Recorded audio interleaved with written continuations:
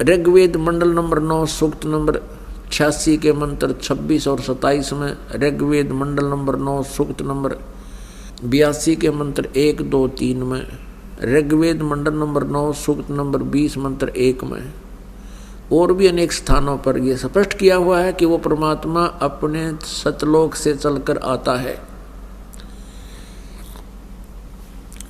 जहाँ वो परमात्मा रहते हैं उसको सतलोक कहते हैं। गीता जी अध्याय नंबर 18 के श्लोक नंबर 62 में जिस परमेश्वर परम अक्षर ब्रह्म के बारे में कहा है कि अर्जुन तू सर्वभाव से उस परमेश्वर की शरण में जा, उसकी कृपा से तू परम शांति को और सनातन परम धाम को यानी सतलोक को प्राप्त होगा। सनातन शाश्वतम स्थानम यानी सदा रहने वाला स्थान जिसका कभी नाश ना हो, उसको सत्यलोक कहते हैं, अमर लोक कहते हैं। वहां चला जाएगा, उसको प्राप्त होगा। यानी वो परमात्मा सतलोक में रहता है और वहां से गति करके आता है। यहाँ आने का उद्देश्य क्या होता है परमेश्वर का कि वो अपनी प्यारी आत्माओं को, अच्छी आत्माओं को वो तत्व ज्ञान समझाता है, वो तत्व ज्ञान देता है। अपुण्य आत्माओं, वही परमात्मा अपनी लीला करने के लिए सन 1398 में विक्रमी संवत 1455 ज्येष्ठ सुदी पूर्णमासी यानी जेठ उत्तरते की पणवासी या देसी लैंग्वेज में को ब्रह्म मुहूर्त में, ब्रह्म मुहूर्त वो होता है उस समय ना रात होती है ना सुबह होता है। सूर्य उदय होने से लगभग 1.5 घंटा पहले वह परमात्मा एक लहर तारा नामक तालाब पर, एक लहर तारा नामक तालाब में विकसित कमल के फूल पर एक नवजात शिशु का रूप धारण करके प्रकट हुए। नीरू नीमा नाम के एक जुलाहा थे, वो निसंतान थे, पति पत्नी थे। और नीरू नीमा उसी जीवन में वो ब्राह्मण और ब्राह्मणी थे, यानी गौरी शंकर नाम था उस पुरुष का और सरस्वती नाम था स्त्री का। ये ब्राह्मण थे, भगवान शिव के उपासक थे और बहुत नेक आत्मा थे। अन्य ब्राह्मणों की तरह ये जनता को ठगा नहीं करते थे, केवल कथाएं सुनाया करते थे, भगवान शिव जी की शिव पुराण से महिमा सुनाया करते थे और जो भी दक्षिणा आ जाती थी उस दक्षिणा से अपना निर्वाह करते थे और शेष अधिक बच जाता था उसको भंडारा कर देते थे। जिस कारण से वो काशी के और आसपास के लोगों के मन में बसे हुए थे, बहुत ज़्यादा जनता उनको चाहती थी। अन्य जो स्वार्थी ब्राह्मण थे वो गौरी शंकर से बहुत ईर्षा रखते थे क्योंकि जनता उनके पास ज़्यादा जाने लगी थी। इस बात का ज्ञान मुसलमान धर्म के काजी और मुल्लाओं को था कि गौरी शंकर बहुत ज़्यादा प्रचार करता है हिंदू धर्म का, और उनको ये भी ज्ञान था कि इसके साथ अन्य ब्राह्मण नहीं हैं। अन्य ब्राह्मण जो मुखिया रूप में होते हैं, जो गुरु रूप में होते हैं, वो नहीं है। तो उन्होंने जबरदस्ती, मुसलमानों ने जबरदस्ती, काजियों ने गौरी शंकर और सरस्वती को अपना जल पिला दिया, उनके कपड़ों पर छिड़क दिया, सारे मकान में छिड़क दिया आवाज़ लगा लगा के। और जो गौरी शंकर से ईर्षा किया करते थे वो ब्राह्मण, उनका दाव लग गया। उन्होंने सब नगरी में डंडोरा पिटवा दिया कि गौरी शंकर मुसलमान बन गया है, उससे कोई भी व्यवहार ना रखे हिंदू धर्म वाले, और गंगा में स्नान करना बंद है उनका। इस तरह के भाईचारा बंद करवा दिया। अब मुसलमानों ने उनका नाम, गौरी शंकर का नाम रख दिया नूर अली, उसको कहने लगे नीरू। और सरस्वती का नाम रख दिया नियामत। उसको नीमा कहने लगे शॉर्टकट में, जिस कारण से नीरू और नीमा ये प्रसिद्ध हो गए। इनको संतान प्राप्त नहीं थी, आयु लगभग 60 वर्ष हो गई थी। 20, 25, 30 वर्ष की उम्र, 40 वर्ष की उम्र में ये मुसलमान बना दिए गए थे। निसंतान होने के कारण ये बहुत दुखी रहते थे। विशेषकर नीमा को बहुत चिंता बनी रहती थी, क्योंकि जिस बहन का संतान नहीं होती ये समाज वाले जीने नहीं देते उसको। वो ऊपर से भले ही मुसलमान बन गए थे, पर अंदर से भगवान शिव की वो साधना किया करते थे। तो पुण्यात्माओं, ऐसे उनका समय व्यतीत हुआ, संतानों ने मिली नहीं। गंगा में स्नान करना उनका बंद कर दिया था हिंदुओं ने, तो उन्होंने उसका विकल्प ढूंढा कि गंगा का जल लहरों के द्वारा पटड़ी पर से उछलकर वर्षा के दिनों में, चौमासे के दिनों में, और ऊपर के उछलकर एक बहुत बड़े झील को एक सरोवर का रूप दे देता था। फिर सारा वर्ष उसमें वो जल भरा रहता था। उसको लहर तारा तालाब बोलते हैं। बनारस काशी में, काशी शहर में है वो लहर तारा तालाब। अब भी उसका अवशेष बचा है। तो वहाँ स्नान करने के लिए जाने लग गए। उस गंगा के जल में जो लहरों के द्वारा उछलकर एक सरोवर का रूप धारण किए हुए था, उसको लहर तारा तालाब कहते हैं। तो वो लहर तारा तालाब में प्रतिदिन स्नान करने के लिए जाते थे सुबह सुबह। उस दिन, जिस दिन परमेश्वर सतलोक से चलकर आए, सन 1398 यानी विक्रमी संवत 1455 जेठ उतरते की पूर्णमासी ब्रह्म मुहूर्त सुबह सुबह है। उधर से नीरू और नीमा स्नान के लिए चल पड़ते हैं। उधर से परमात्मा सतलोक से आकर वहाँ विराजमान हो जाते हैं। परमात्मा के वहाँ प्रकट होते हुए एक अष्टानंद नाम के एक ऋषि थे, जो महर्षि रामानंद जी के शिष्य थे। वो भी वहाँ प्रतिदिन स्नान करने के लिए उस तालाब के किनारे पर जाया करते थे। स्नान करके वहाँ अपना, जैसा उनके गुरुदेव ने साधना बता रखी थी, उसको बैठकर वहाँ किया करते थे, अभ्यास करते थे। अपने प्रतिदिन की तरह अष्टानंद जी भी वहाँ विराजमान थे। आकाश से प्रकाश आया, प्रकाश का गोला आता दिखाई दिया। किसको? अष्टानंद जी को। अष्टानंद जी ने जब उस प्रकाश के समूह की तरफ देखा, प्रकाश पुंज की तरफ देखा, उसकी आंखें चुंधिया गई, चरम दृष्टि सहन नहीं कर सकी उस तेज को, आंखें बंद हो गई।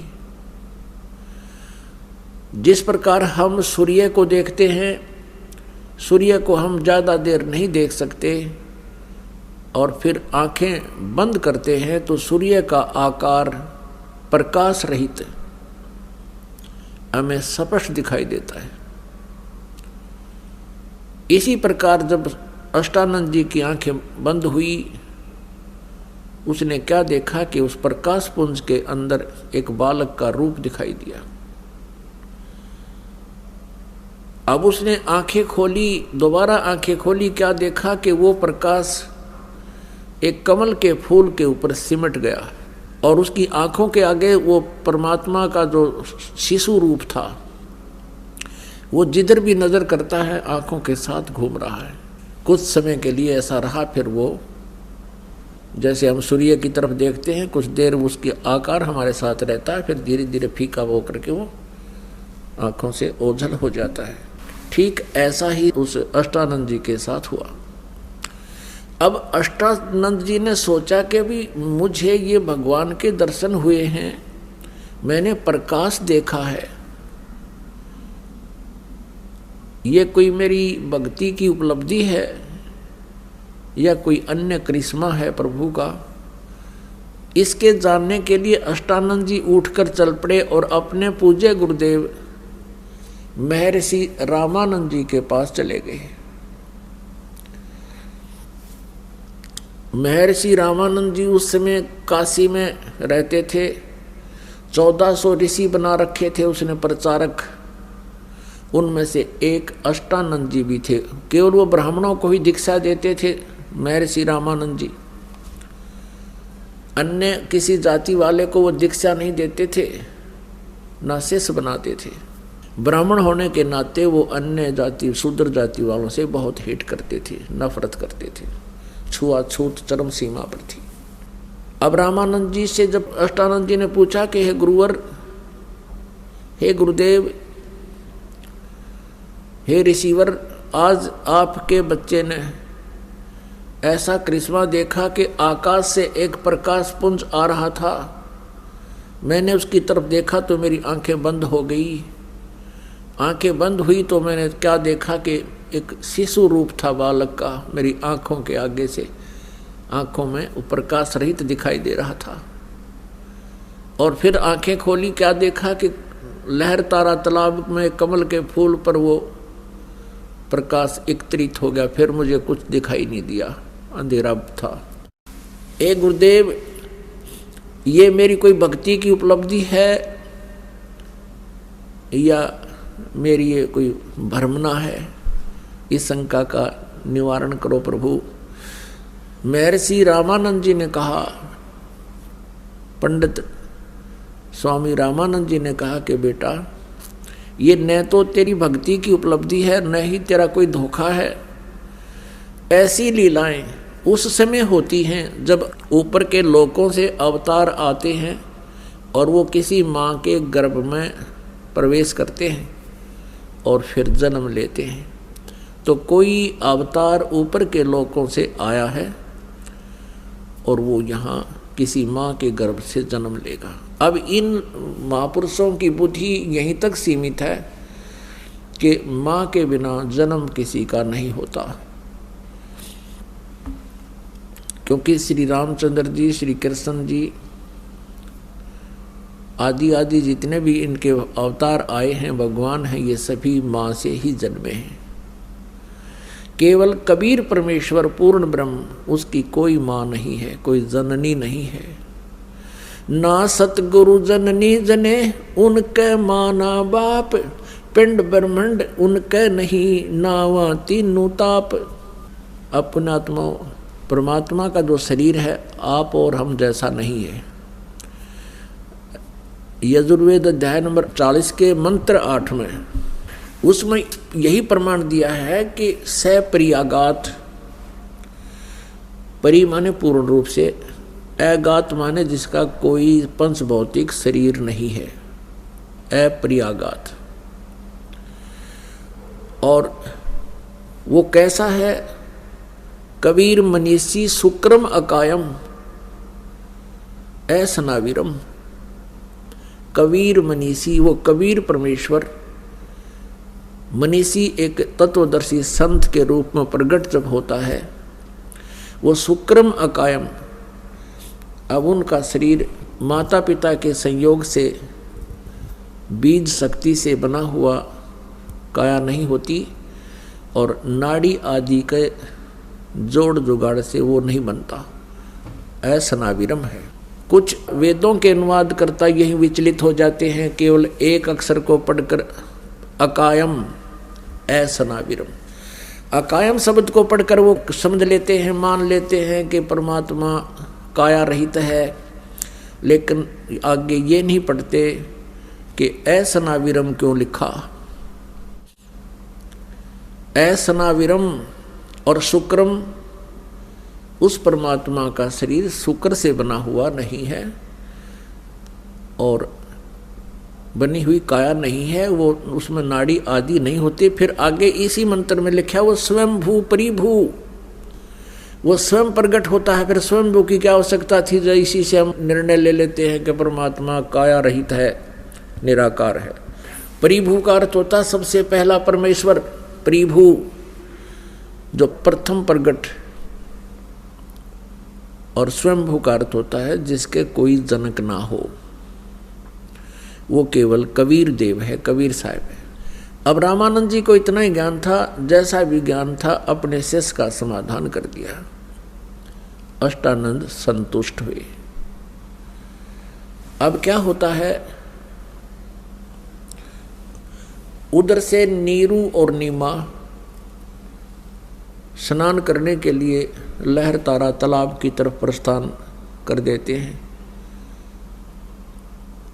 अब किसी ने कोई रात के समय या शाम के समय नीमा को कोई कह दिया होगा कि एक जातक तो चाहिए था, भगवान ने एक पुत्र तो देना ही चाहिए था, एक पुत्री एक संतान तो चाहिए थी, आपकी तो उम्र भी घनी होगी, सुनी नहीं परमात्मा ने। अब वो सारी रात नहीं सोई, करवटें बदलती रही, एक भगवान मेरे को संतान नहीं मिली। अब पुण्यात्माओं, इस काल ने इतनी प्रबल प्रेरणा कर रखी हमारे अंदर कि जब संतान उत्पत्ति ना होए तो वो व्यक्ति अपना जीवन व्यर्थ मानता है, क्योंकि काल चाहता है कि सब संतान उत्पत्ति करें और मेरा भोजन तैयार करें। इतनी प्रबल प्रेरणा या किसी न किसी के माध्यम से इंजेक्शन लगवाता रहता है, तो जिस कारण से जिसके संतान नहीं होती, कुछ दिनों के बाद उसको कोई ना कोई आकर टोक देता है, वो फिर तड़फ उठते हैं। यही स्थिति होगी थी नीमा की। उस दिन सुबह उठकर रोती हुई चल रही है। नीरू ने पूछा, क्यों रो रही हो आप? नीमा ने कहा, हे भगवान। नीमा रो रही है और कह रही है, विलाप कर रही है अपने भगवान शिव जी के सामने कि हे भगवान, हे शिव जी भगवान, क्या आपके घर में पुत्रों की कमी होगी? आप तो समर्थ हो, आप जो चाहे सो कर सकते हो। मुझ दासी को भी एक खिलौना दे दे प्रभु, मेरा टाइम पास हो जाए, दुनिया का मुंह बंद हो जावे। ऐसे बहुत बुरी तरह विलाप करने लगी। अब नीरू ने कहा, नीमा, यदि हमारे भाग्य में होती तो भगवान दे देते, शिव जी अवश्य प्रदान कर देते। अब उम्र क्या रह गई है, 60-65 साल की उम्र हमारी हो गई है। अब भी तो पुत्र और संतान की अभिलाषा रखती है। देखो, संतान हमारी किस्मत में है नहीं, और आप रो रो के अपनी आंखें खराब कर लोगी। बुढ़ापे में कोई उंगली पकड़ने वाला है नहीं, आंखें तेरी चली जाएंगी और दुखी हो जाएगी, तू ना रो। ऐसे समझा बुझा के उसको चुप कराने का प्रयत्न उसका पति नीरू कर रहा है। ऐसे चलते चलते वो लहर तारा तालाब पर पहुंच गए, जहाँ परमात्मा शिशु रूप में विराजमान थे कमल के फूल पर। अब पहले नीमा ने स्नान किया, नीरू बाहर खड़ा रहा। नीमा स्नान करके बाहर आई, फिर नीरू स्नान करने के लिए उस लहर तारा तालाब में प्रवेश कर गया। अब सुबह सुबह का जो समय होता है, ब्रह्म मुहूर्त जिसको कहते हैं, वो 1.5 घंटा होता है सूर्योदय होने से पूर्व, और उस समय एकदम अंधेरा बहुत होता है और शीघ्र ही रोशनी होनी प्रारंभ हो जाती है, एकदम ऐसी स्थिति होती है। अब देखना कभी ध्यान से। अब नीमा जिस कपड़े को लपेट कर स्नान किया था नीमा ने, उसको धोने के लिए वो पुनः किनारे पर गई, और नीरू नहा रहा था, ऐसे मलमल के पानी डाल रहा था, मसल रहा था। अच्छा, सुंडी जितने पानी में खड़ा था, नाभि जितने पानी में। अब नीमा ने क्या देखा कि कमल के फूल पर कोई वस्तु हिल रही है, जैसे कोई सांप हो, सर्प हो। परमात्मा ने एक अंगूठा मुख में दे रखा था, एक पैर को हिला रहे थे नवजात शिशु के रूप में, ऐसे। अब नीमा ने सोचा, हे भगवान, कहीं कोई सर्प ना हो, मेरे पति को डस ले। उसने और गौर से देखा, ध्यान से देखा। क्या देखा कि बच्चा है, कमल के फूल पर बालक है।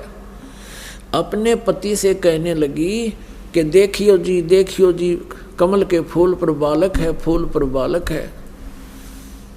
अब नीरू ने सोचा, या तो मेंटल होली, इसको अब जल में भी बालक दिखाई देने लगे, और कहता है, हे भगवान, इसको सद्बुद्धि दो,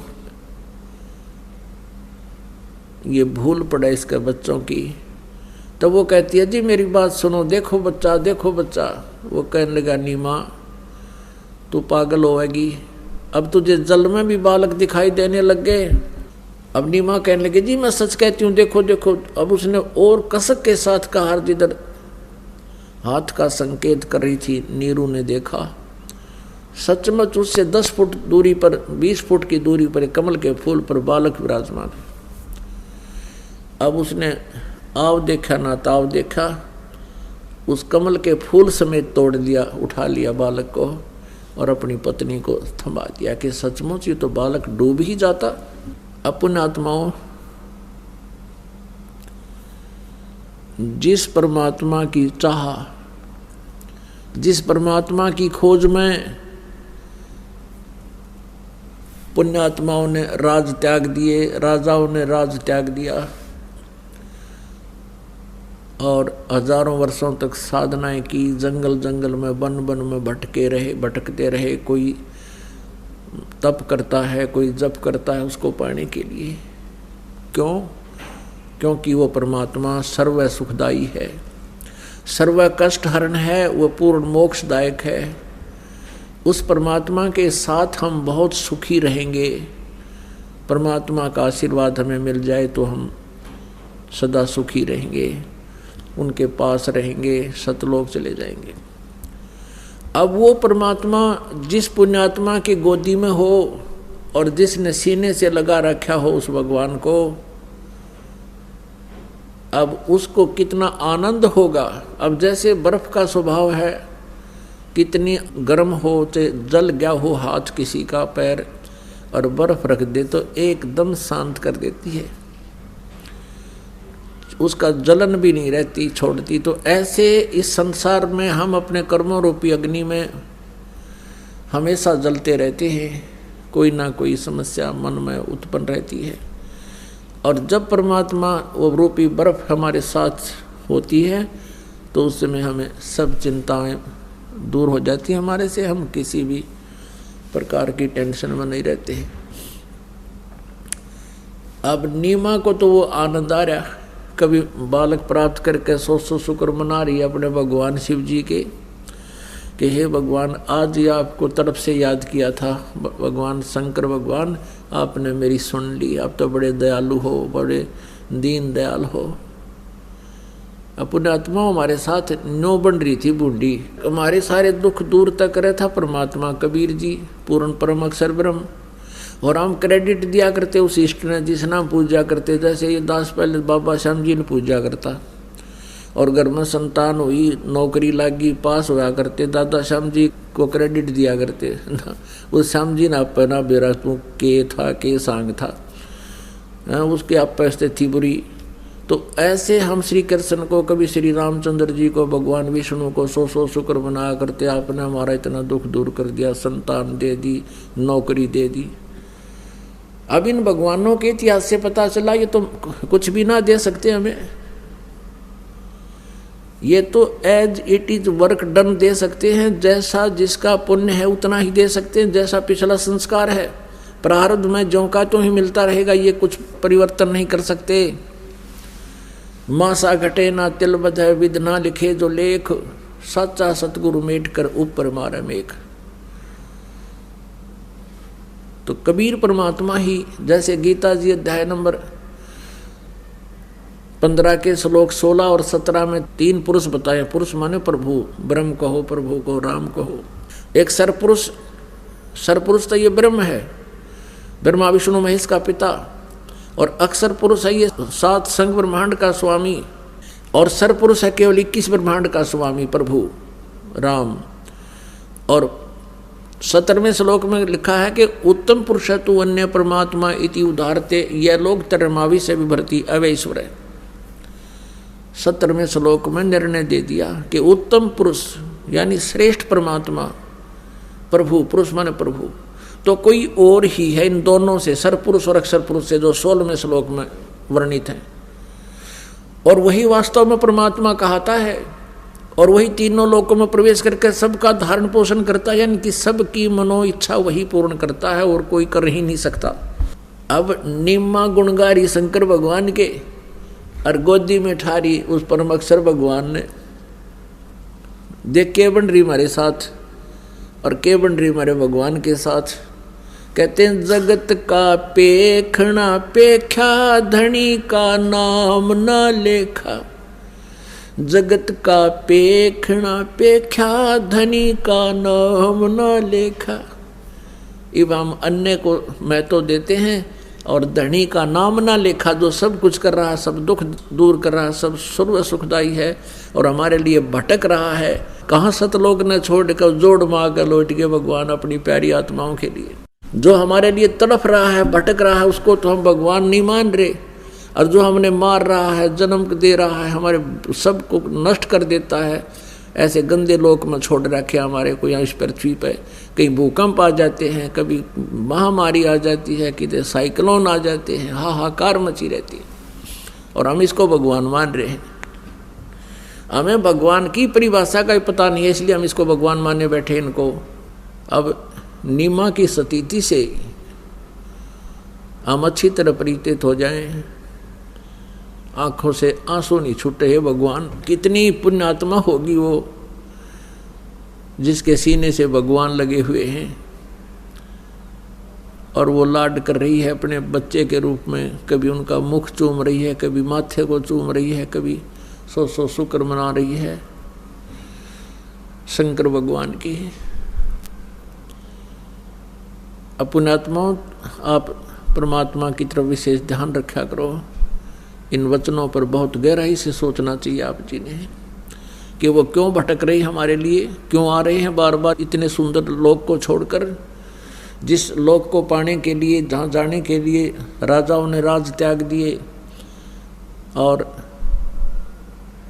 शेख फरीद जैसे महापुरुष ने कुएं में जा कर के साधनाएं की, और जब उसके आंखें निकालने के लिए कौवे आगे क्यों, इतना दुर्बल शरीर हो गया था उनका आहार ना करने से, अस्थि पिंजर शेष रह गया था। कौवे आकर बैठ गए थे माथे पर कि और तो मांस की तरह शेष रहा कोनी इस व्यक्ति पर, आंखें निकाल लें इसकी। जब आंखें निकालने के लिए कौवे आकर बैठे माथे पर, जब शेख फरीद ने कहा था कि भाई कौवे मेरी आंखें मत खाना, मेरी आँखों को छोड़ दो, बाकी मेरे शरीर पर कहीं मांस बचा हो उसको खा लीजिए, हाडों पर इस मांस को खा लो, लेकिन मेरी दो आँखों को ना छूना, मुझे परमात्मा के दर्शन की इच्छा है, अभिलाषा है।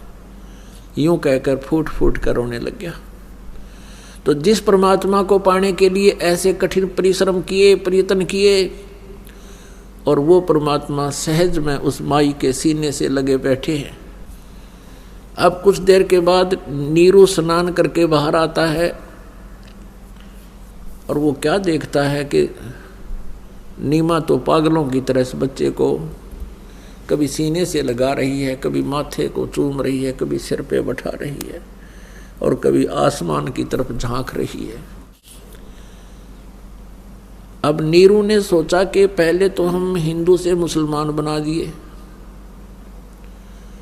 हमारा कोई ना हिंदुओं में साथी और ना मुसलमानों से इस विशेष हमारा कोई लगाव रहा, अब इतना उनके साथ संपर्क नहीं बन पा रहा। और इस बालक को हम घर ले जाएंगे तो सभी पूछेंगे तुम कहाँ से लाए हो। यदि हम कहेंगे कमल के फूल पर मिला है तो हमारा मजाक करेंगे, कोई विश्वास करेगा नहीं और पंचायत आदि करके हमें गांव से निकाल देंगे, हमारी पिटाई करेंगे और पूछना चाहेंगे कि सचमुच बताओ तुम किसका नवजात शिशु उठा कर लाए हो। और हमें नगर से निकाला भी दे दिया जा सकता है। अब नीरू ने अपनी पत्नी से सब बातों से अवगत कराया कि आप इस बच्चे को यहीं छोड़ दो, ये बालक तो हमारे पास रहेगा नहीं, लेकिन इस नगरी से भी हमें निकाला जा सकता है। तो नीमा ने कहा जी ना जाने इस बालक ने मेरे ऊपर के जादू कर दिया, मैं इसको छोड़ नहीं सकती, मैं इससे पल भी दूर नहीं हो सकती, मेरे प्राण निकल सकते हैं। ना जाने इसने मेरे ऊपर के कैसा जो है ना ये क्रिया कर दी, सम्मोहित कर लिया मेरे को इसने, मेरा इसमें बहुत प्रेम हो गया, मैं नहीं छोड़ सकती।